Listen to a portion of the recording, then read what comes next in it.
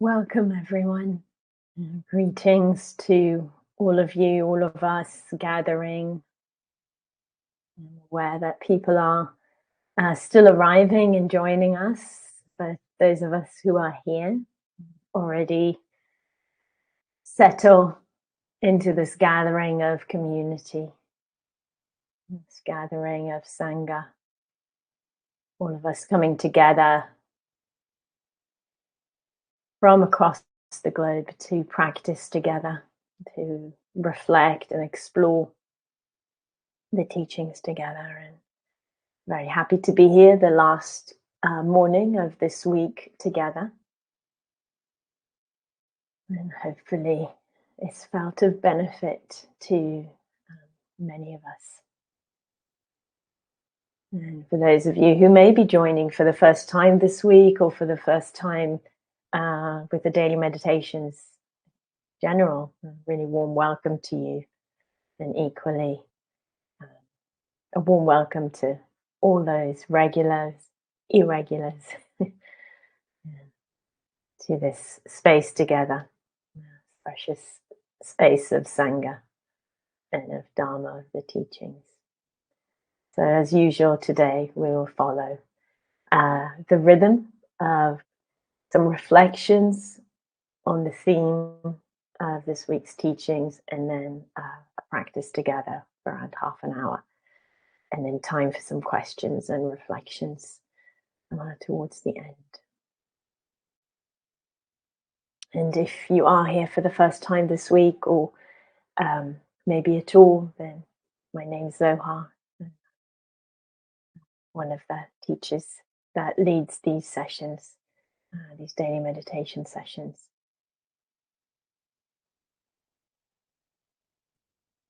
So over this week, we've been exploring how the teachings support us in meeting the wholeness of our lives, the wholeness of our experience.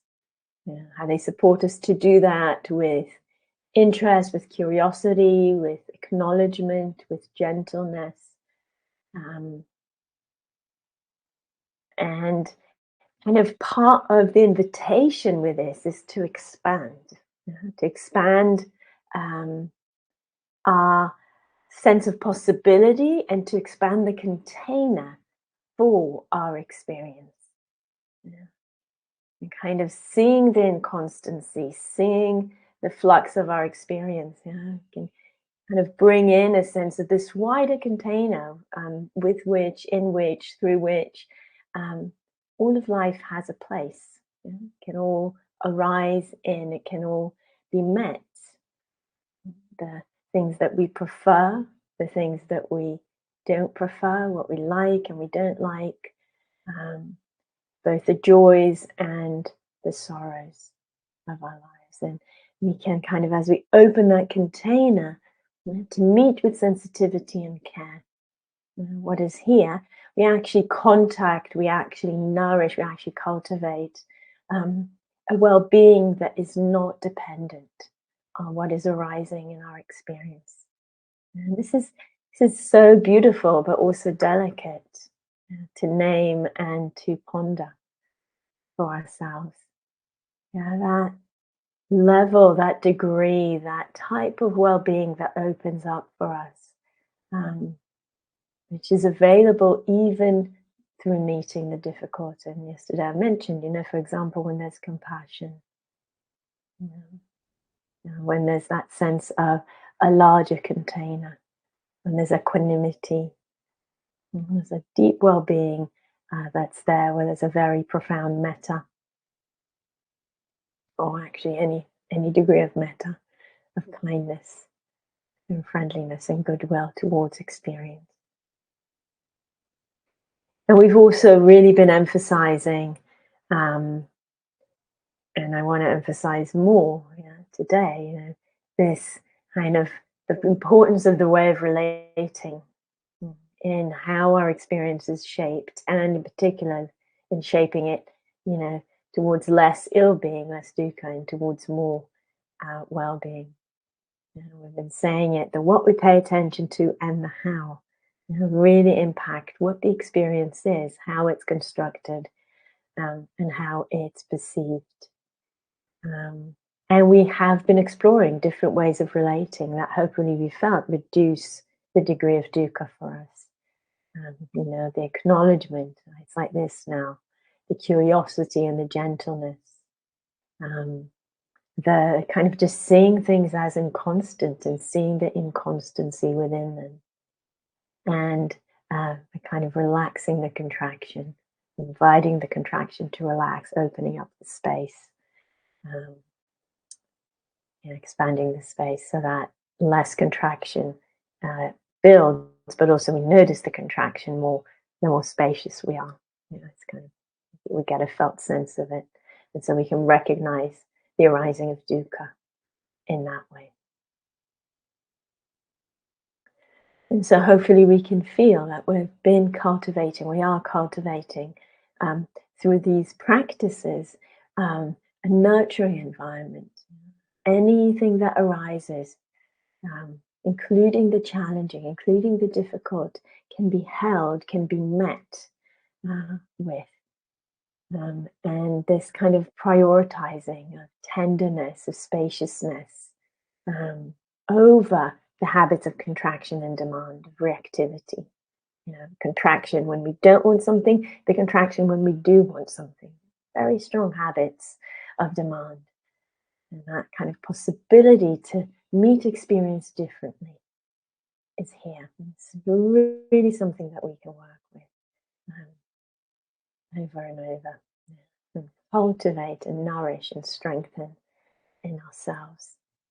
And as we do so, also the capacity to attend to the world and what the world needs. Yeah, grows. So I want to just give a couple of examples of this, how this comes into play, and they're going to be two different examples. So one is, as some of you know, I'm in Palestine and Israel at the moment, and been going out a lot with Palestinian farmers, accompanying them to their agricultural lands, because it's become increasingly more and more difficult in the West Bank of Palestine. Of course, in Gaza, it's completely impossible for people to farm, but also in the West Bank, it's getting increasingly difficult. There's more and more restrictions on people's movement, and going out to the land now means often interactions with the Israeli military or with settlers.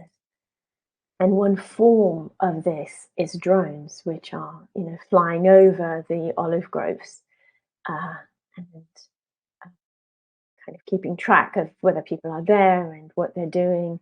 And this is a new experience. Even last time I was here in January, that wasn't happening, but it's now started to happen on a very regular basis. I think probably 2 out of 3 days that I've been out, there's been drones coming. And that experience, yeah, so there's been noise, yeah, there's the experience of being watched, yeah, and it brings a lot of, discomfort, yeah. And it's important, I'm bringing this example because here, with this, it's not like, that discomfort is also a healthy thing, because it's saying to us, no, this isn't right, yeah. People shouldn't be treated in this way. We shouldn't be surveilled in this way. Yeah? Something very concerning about this kind of thing. And of course, it's also just the physical reaction to the kind of unpleasant sound and to the feelings. And there's all of that. And naturally, you see what I do with my body, the contraction. Knowing how to open, yeah. Knowing how to relax that contraction, knowing how to open the space to what is bigger, yeah, than that. Really helpful. Why? First of all, makes the experience change. Yeah, so it's still unpleasant. It's still not okay. We can say that that's happening, but there's a degree of well-being in the being because of the intention, because of the importance of what we're doing, and because of the capacity to grow bigger. Yeah, to grow as large as the sky, to grow as large as the whole hillside, maybe. To play with that, so there's not that contractedness, and that means that there's also possibility to respond. to reassure maybe other volunteers that have come with me and are not so experienced in these situations, to reassure the farmers. And if soldiers come, which they often do following the drones, to then be in a good space to interact with them in a way that will reduce the chance of a violent interaction or an unpleasant interaction, or an interaction which ends up with us being told to leave. So, hopefully that example we can see, that capacity to open, really key, really important. Um, and I want to give another example, which is very different. Yeah. So, I have a nephew. He's 16, going to be 17 in the summer. He's my youngest nephew, and I love him like in irrational ways. And he's become very active in the protests here in Israel. Um, and we've been trying to meet in the protests, and we never managed to do it. Like, it's always, even if we're in the same protest, it's too many people, and we can't find each other. And the other night, I didn't even know he was coming. And then suddenly I saw him. And then we were marching through the streets of Tel Aviv. Suddenly I saw him there, and I just ran over, and in front of all his friends, I hugged him and kissed him, and totally embarrassed him. And afterwards, I felt quite guilty. I was like, I really wasn't present there because I didn't pause, I didn't relax, I didn't kind of have a sense of what would he want, like this he's a very cool young man, in front of all his cool friends, suddenly being, kissed and hugged and absolutely smothered in uh, affection by this middle-aged woman. Um, and I was like, what was that? But then it was another opportunity. Yeah, I'd gotten so kind of, here's something I love, and yeah, just acting, to grab, uh, and not aware, not taking in the bigger picture, not pausing, and it's okay because here's another opportunity now not to beat myself up, that I did that. And so I hope I can get, we can get that sense of like, also in the moment, there's something that I dearly love and wanting to go towards it and express it in that way, which is not wrong. Yeah. It's not wrong, but it wasn't sensitive to him. Yeah. And what he might want, how he might want our meeting to be. Um, and, and yet, they're not, kind of feeling, that wasn't very skillful of me, but giving space to that. Just to finish the story, afterwards, I apologized to him. And he said, no, it was completely fine. I was also really happy to see you. And so, I don't know if it was just his niceness or if it was really what he felt in the moment, but it doesn't matter, because the acknowledgement of, I was reactive there, and acknowledging that opened up the space, to check in, not to stay in my perception, either one of my perceptions, that had been unfolding there. So I hope this makes sense as an example. These examples make sense. I know it's kind of a lot to take in. Where they're taking us is to an emphasis in today's practice on spaciousness. So yesterday we were kind of already spacious and relaxing the contraction, and today we're just going to play with kind of more spaciousness, more expansion, as much as possible, and meeting our experience through that very wide, expansive space of awareness. I might direct us to sound. If I do, I want to say right now, this came up yesterday and really good input from you, that if sound is not a helpful anchor of attention for you, then please use breath or body or metta instead. Really trust your experience here. Trust what you know of your experience and what is helpful for you. It's also a type of spaciousness. Okay, so long reflection, and finally we get to the beauty of meditating together. So let's take a few moments to settle into the posture, whether you're already in your meditation posture or you need to move into it. It's time. Just taking the time to notice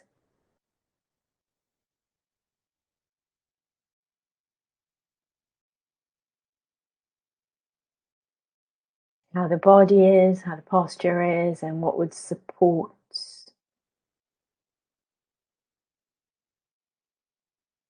the body to be as settled and balanced, at ease, as supported as possible in the posture we are taking for this time.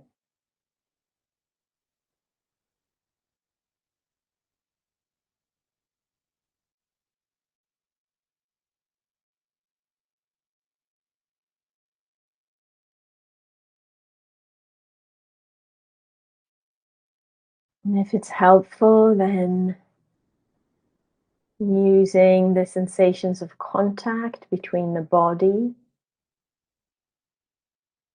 and that which is supporting the body, the ground, the seat, mat, using these sensations of contact as a place of rooting, grounding, gathering the attention and the awareness.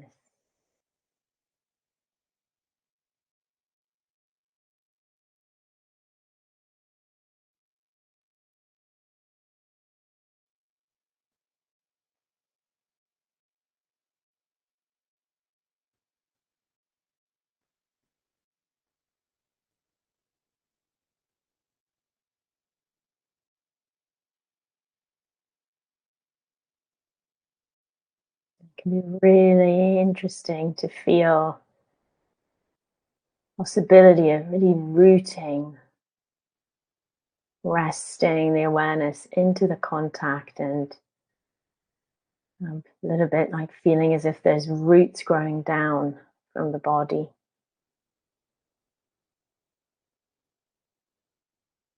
A sense of awareness expanding into the contact and then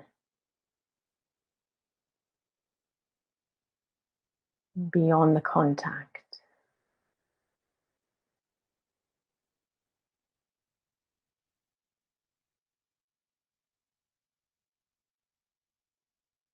Feeling the support also coming up through the body from the mat or mattress, seat, ground.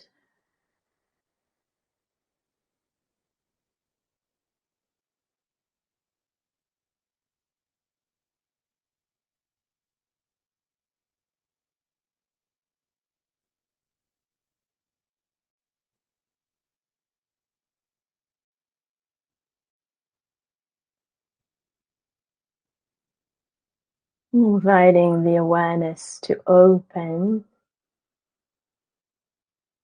expand to more and more of the body.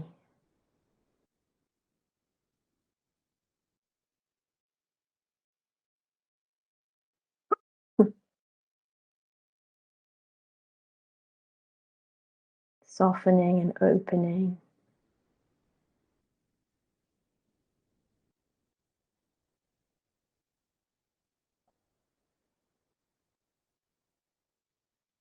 Through the body.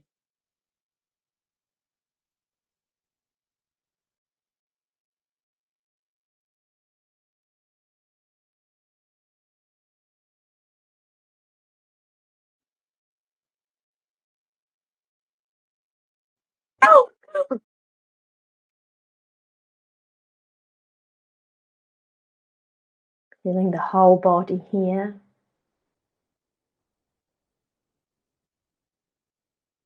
And awareness wide, expanded. Feeling the whole space of the body.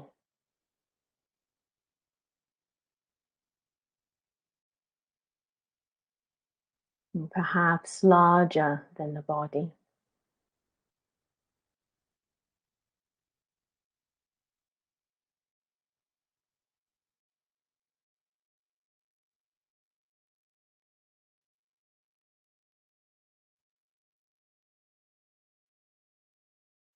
We can play with how large awareness is,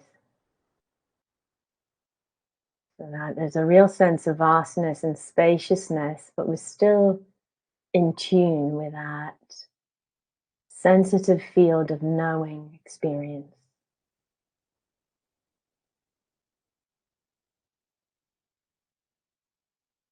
It might be just a little bit larger than the body, it might be a lot larger than the body. Feeling what the right expansion is for you.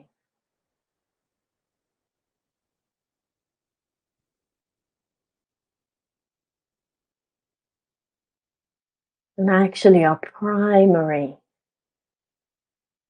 anchor, resting place of attention and awareness is actually this awareness itself, the knowing, meeting with experience. It means we might need to keep stretching, expanding out, and very much emphasizing receiving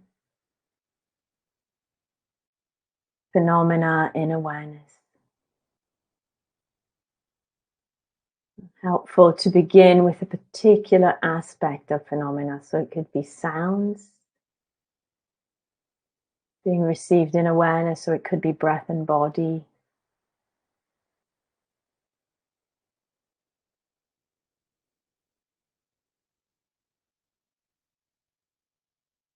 If you might be using metta, then it'll be the metta intention and phrases.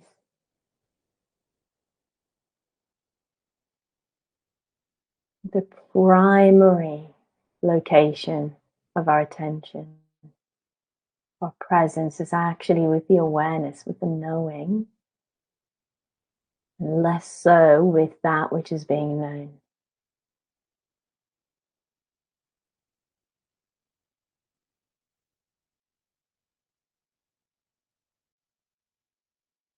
So seeing what you wish to work with initially in the practice, what's your anchor here? If you're not sure, I would use sound if that's available. But equally, breath, body, metta, if those are anchors that you trust, you can use those. Receiving that anchor, that flow of the sound, of the breath, in awareness and resting into that knowing.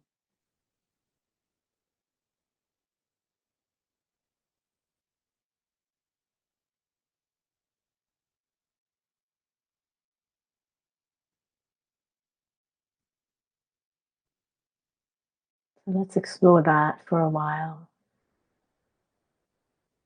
Awareness wide open, spacious,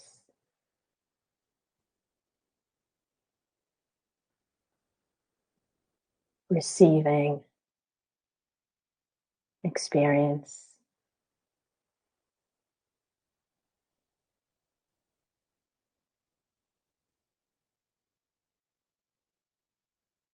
Whatever the particular aspect is that we're using, the breath, the sound.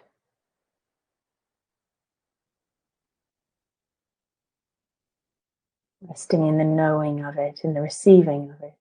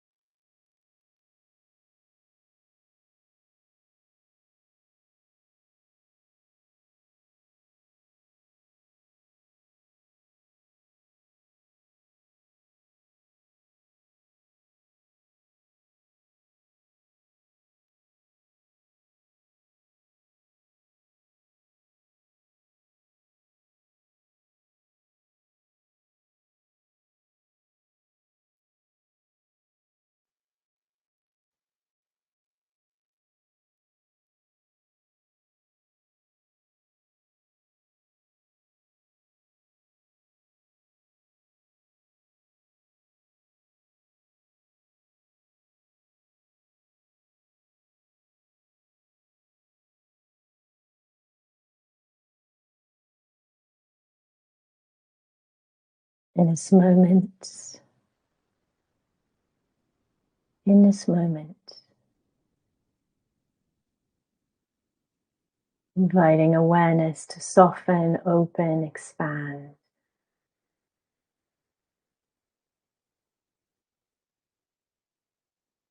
Letting it be spacious, sensitive, receptive.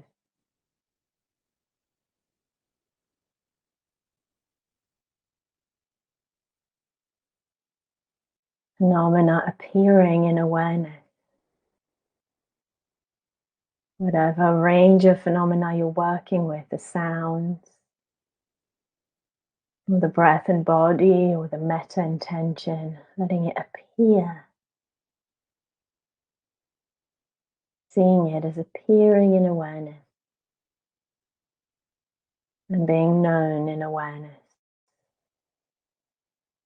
And in time, disappearing from awareness.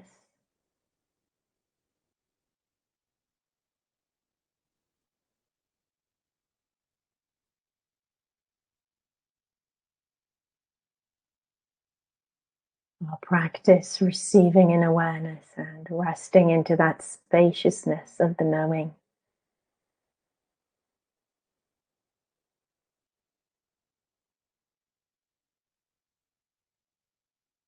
Seeing what's possible as we practice in this way.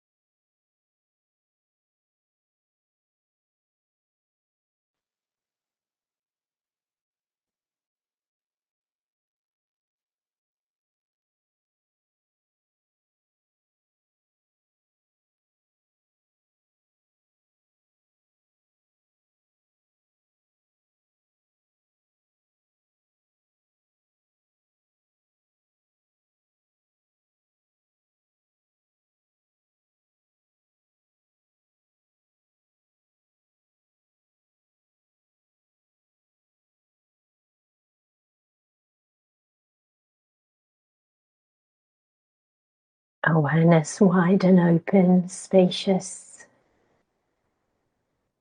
expansive, sensitive, receiving phenomena in awareness, including it all.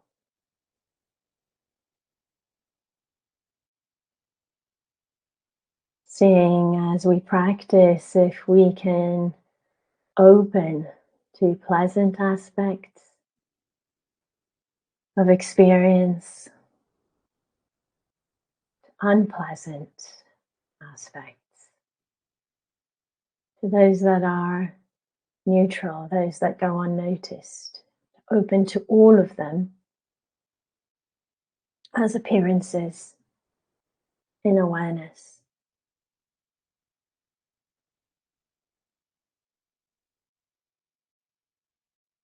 Emphasizing that knowing of the thing rather than the focus on the thing itself. Particularly with the unpleasant, can be helpful to work with milder things rather than the more intense things. Tickle an itch, a bit of tension somewhere. What happens if we rest into an expanded, spacious awareness and receive it as an appearance?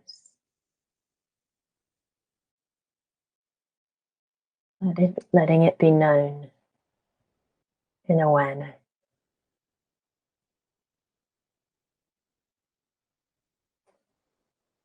Similarly with that which is pleasant.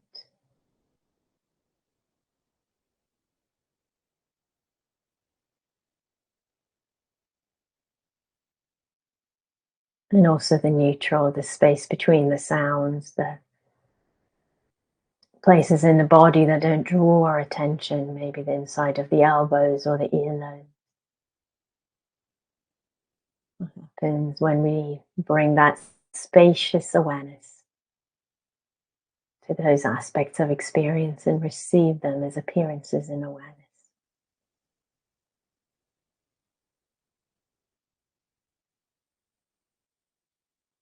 Let's see.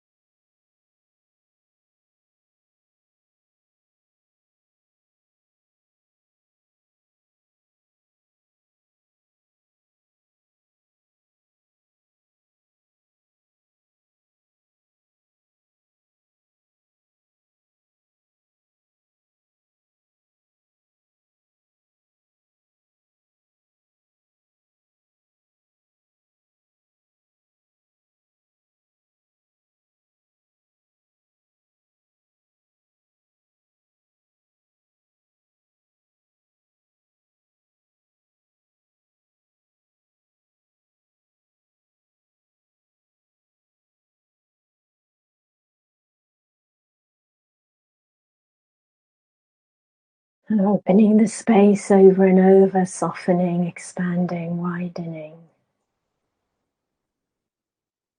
Resting into that awareness and its vastness.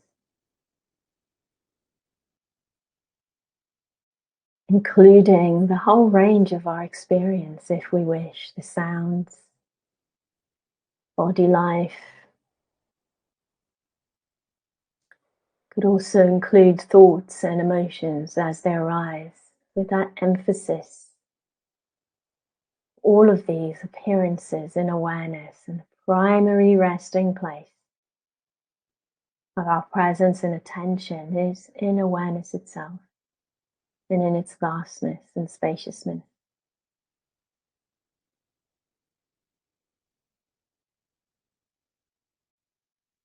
Whatever appears in attention, whatever draws it, is an appearance in awareness, gently met,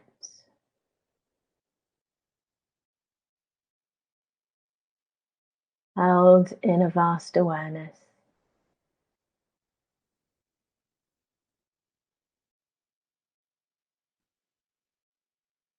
Allowed to appear and disappear in its time.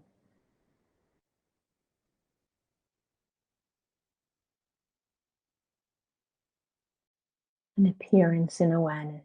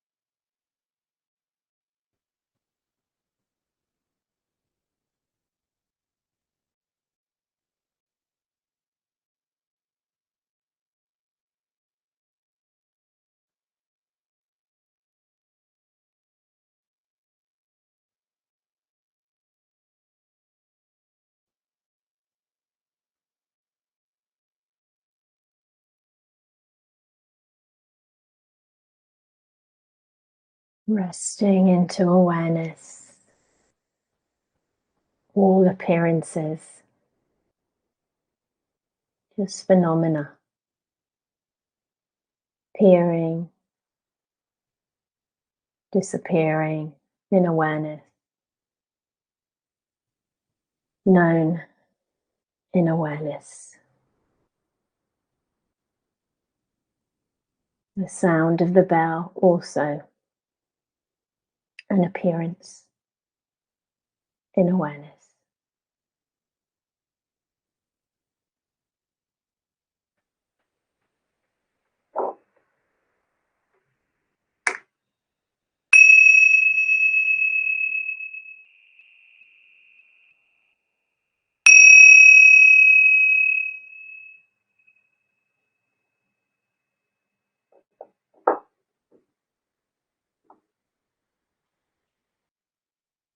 Taking your time with the transition.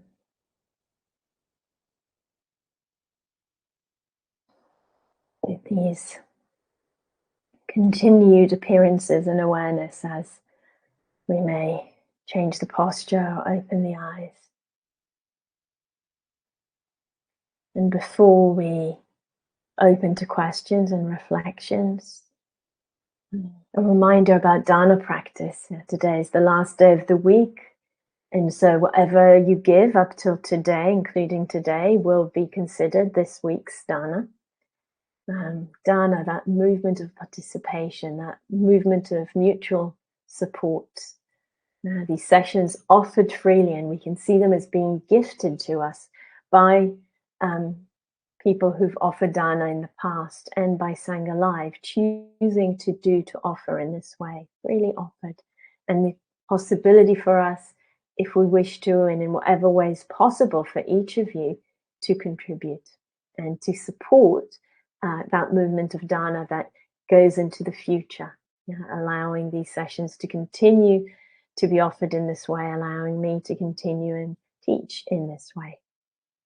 So whatever you offer this week, up until today, including today, will be shared between Sangha Live and myself, and very gratefully received. And I've just put the dana link into the chat. There, if you follow that link, all the information is there on how to offer dana. And yeah, no 5-minute warning today, Kevin. You're correct. I thought we'll play with that, see what happens without it. Yes, so we have an opportunity now for some questions or reflections from you. Everything is welcome. Can see the questions arise as an appearance and awareness, and actually notice how we actually then need to shift the focus of attention from the awareness to actually the content of the questions, that we can articulate it. You're really welcome to put those into the chat if you can begin them with the word question or reflection, if possible in capitals. That's very helpful for me. And yeah, anything is welcome, as I said, about what we did today or this whole week, or other questions around practice. They're all welcome. There was also a question yesterday about some links for supporting people in Palestine. I'll put one link here, which is our food parcel project. There, if you wish to, I think many of you are familiar with it already. Food parcels for families in the West Bank of Palestine who are really struggling financially these days, with 7 months now of loss of income for really many, and the number is growing as the economy is plummeting, and there's still no possibility to work in Israel. And other organizations, I'll just name them: Medical Aid for Palestine, the UN Refugee Agency, Médecins Sans Frontières. Yeah, all of these are organizations that are working in Gaza, and there may be other ones. Yeah, but those are the primary ones who are actually managed to work continuously. So that is also a possibility for those who wish.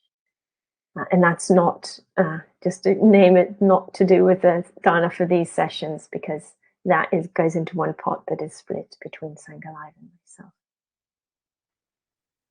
So yes, any questions or reflections? I hope this was, this practice for some people is very, very accessible. For others, it can feel like maybe there's too much activity in the heart and mind, and it's difficult to get into it in this kind of situation where we're just dropping in for a short period of practice.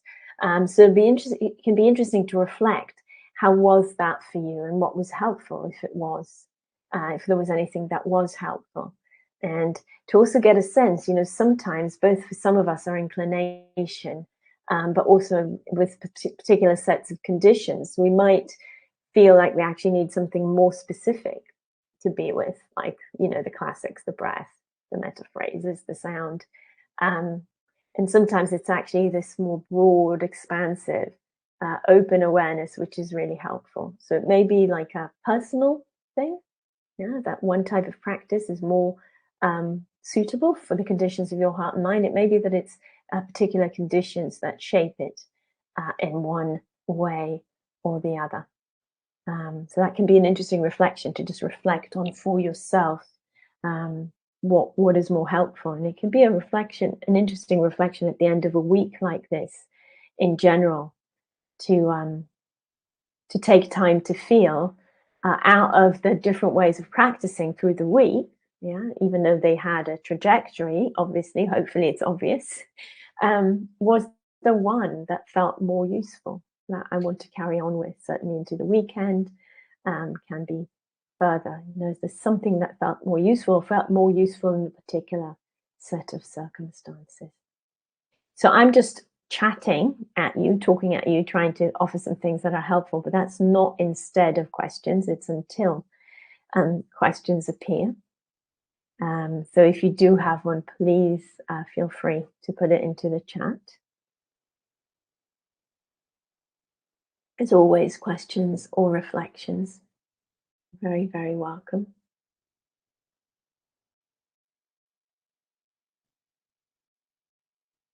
Yeah, I wonder if there's no questions or reflections because, our awareness has gone so wide, it's difficult to gather it again into the verbal.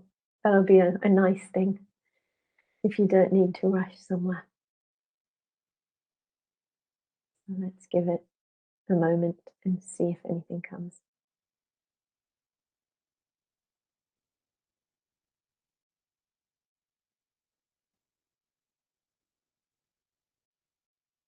Yeah, there's the beginning of a question there.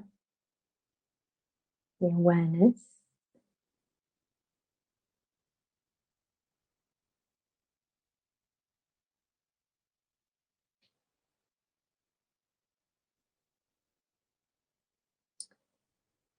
And I'm assuming you're typing still, so I'm waiting for the rest of that. It can get tricky with these chats sometimes. Okay, there's a reflection from Clive. Ah,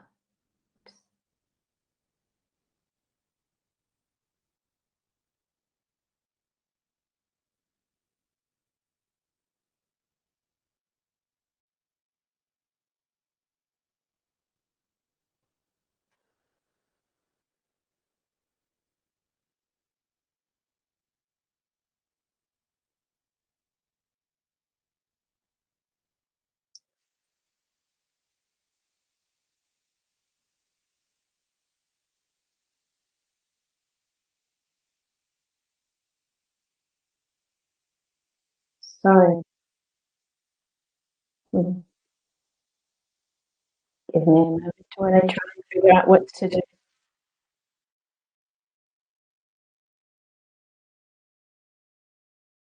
Are you able to hear me now? Somehow I'm here twice.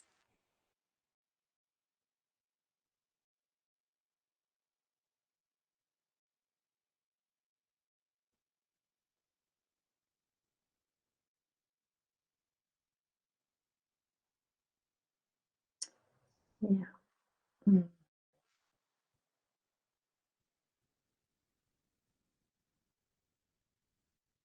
okay. Gonna try and leave once.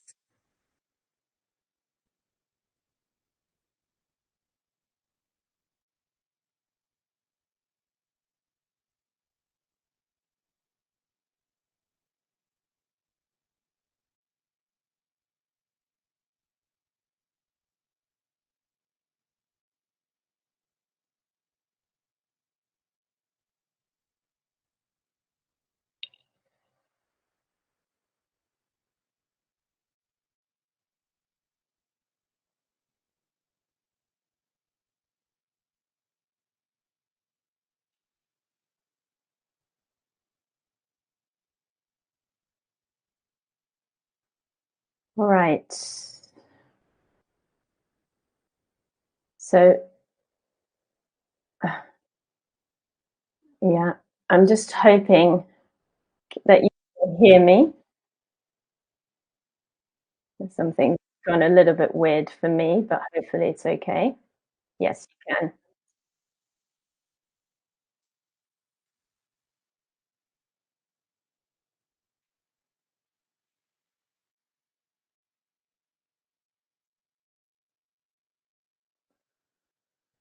Okay. So we have Hannah's question. The awareness itself felt pleasant, so it felt a bit strange to be aware of that. Any thoughts? Yes, enjoy the pleasantness.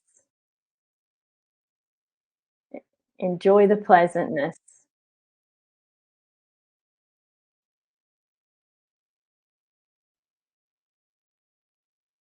Absolutely. Yeah, absolutely enjoy the pleasantness. And sometimes that can just feel very, very pleasant, and that's absolutely fine.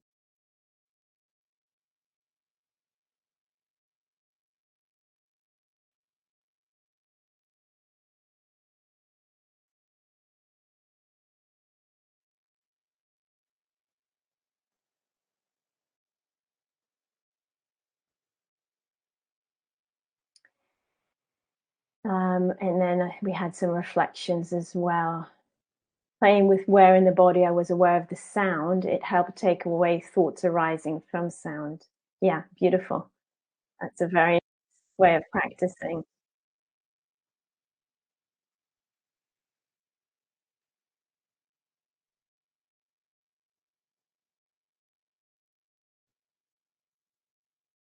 Yeah. And it seems like there's other comments as well about just how restorative it felt to rest in awareness. Absolutely, if it does, really do that. And it's also very insightful, just to put that in.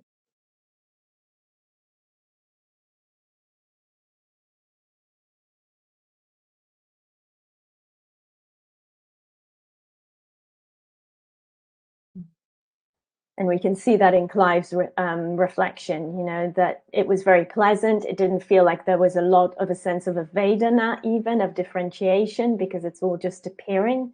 So we can see it's much more refined, can be a much more refined state. Um, and in that much more refined state, we don't differentiate between different Vedanas. And then the sense of kind of tension of like, oh, what is this? What is this? Can come in. And that's something to just drop. Yeah,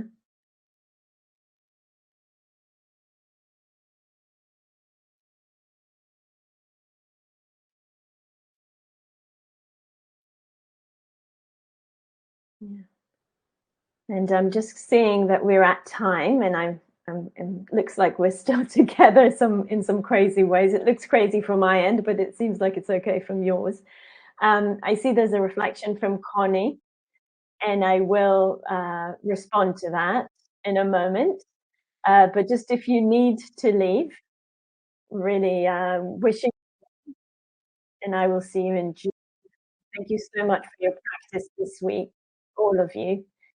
And remembering, um, remembering to dedicate the practice to something that's meaningful for you for this time. As always, I'm dedicating the practice to peace and justice on this planet for all of us.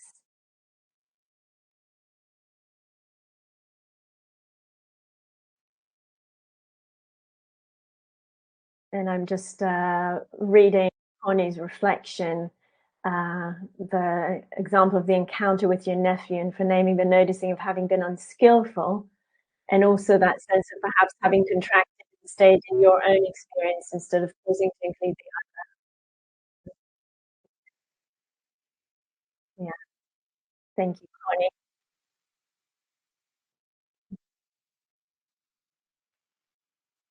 So thank you, everyone. I think that, yeah, I'm glad that was of use, and I'm glad these teachings have been of use, and may they continue to nourish all of us. Go well, everyone.